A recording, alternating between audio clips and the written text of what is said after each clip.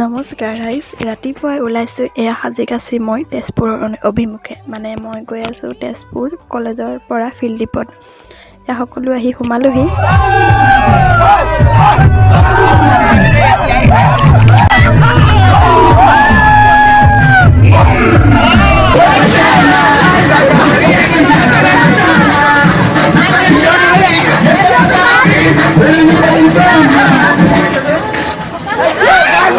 এতিয়া আমি সেই গহপুৰত ব্ৰেকফাষ্ট কৰিব সোমাইছোঁ। গোটেই বাছখন মানে ইমানেই নাছিলোঁ যে এতিয়া আপোনালোকে অকল মোৰ এই নচা বগা ভিডিঅ' পাই থাকিব এইটোত দেই, চাই থাকিব।